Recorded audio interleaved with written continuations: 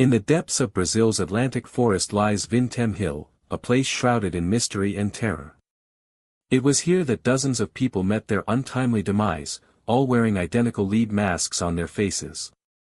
Their stories were buried for decades, but the truth behind these bizarre deaths is finally emerging. Between 1974 and 1976, a total of 21 people died under strange circumstances at Vintem Hill. All were victims of asphyxiation, yet their faces were found to be covered with identical lead masks. Theories range from murder to a catastrophic industrial accident, but the truth remains elusive. The site where the deaths occurred is a long-abandoned zinc smelter, once one of Brazil's largest industrial operations. Some speculate that toxic fumes from the plant caused the lead masks to be formed on their faces, while others believe it was a sinister attempt to conceal identities. One of the few remaining witnesses to these events is José Carlos da Silva, a local historian who spent years investigating the tragedy.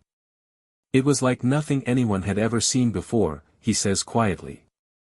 The masks were always there, even on their faces at the autopsy. It was as if they wanted to keep the truth hidden. Note, the scenes are designed to be dark and moody, with a focus on building tension and intrigue. Each scene provides a new piece of information or a new perspective on the mysterious deaths at Vintem Hill. As we delve deeper into the mystery, our team has been analyzing the few pieces of physical evidence left behind at each crime scene. A peculiar thread is found on one victim's clothing, which may hold crucial clues. But will it lead us to the killer or just more questions?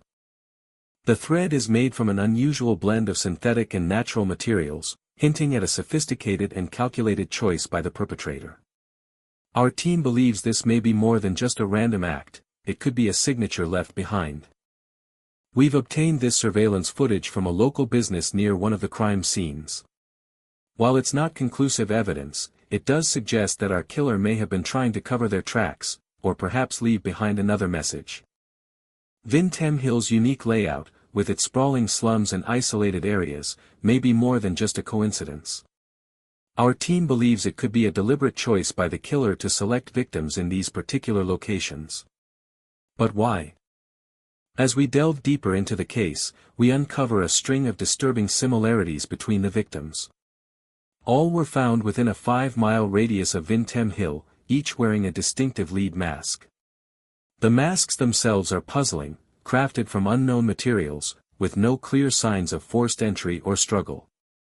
Forensic analysis reveals that the lead in these masks is unlike any known commercial product. The chemical composition suggests it may have been sourced from an industrial process, but which one? This raises more questions about the killer's intentions and motivations. Local eyewitnesses recall seeing a figure dressed in dark clothing, often near the crime scenes. This individual was described as tall, thin, and wearing a distinctive hat, but their face remains shrouded in mystery. Was this the killer, or just another suspect? The investigation was initially botched, with authorities dismissing the murders as isolated incidents. It wasn't until years later that a team of dedicated detectives took on the case, re-examining evidence and following new leads. Their tireless efforts have shed light on the dark secrets surrounding Vintem Hill, but will justice ever be served? In the early stages of our investigation, we discovered that many of the victims had been wearing crude, homemade lead masks when their bodies were found. These masks were often made from recycled materials and showed signs of having been hastily constructed. Were these masks some kind of twisted attempt at self-protection or a sinister plot to conceal identities? As we delved deeper into the case files, we began to notice a pattern in the victims' movements before their deaths. Many had been seen wandering the outskirts of town, often in groups, but with no clear destination or purpose. It's as if they were drawn to some unknown force, one that would ultimately prove fatal. We spoke to several eyewitnesses who reported seeing individuals wearing lead masks in the days leading up to the mass deaths. One witness, who wished to remain anonymous, described hearing eerie whispers and screams emanating from the hill at night. It was as if they were being summoned by something, he said, his voice trembling.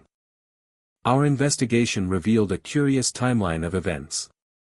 The lead masks began appearing around the same time as an unusual influx of migrant workers in the area. These workers were often employed in nearby factories, where they were exposed to toxic chemicals and heavy metals. Could there be a connection between these factors and the bizarre deaths that followed?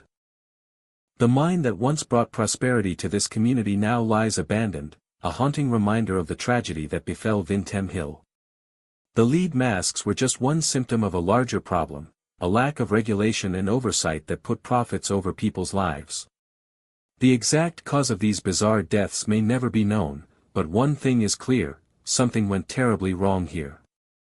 As we close this chapter on the lead masks of Vintem Hill, we're left with a final thought, that sometimes, even when the truth is unclear, justice can still be served by shedding light on the darkest corners of human endeavor. The memory of these workers will live on, a testament to the enduring power of courage in the face of uncertainty.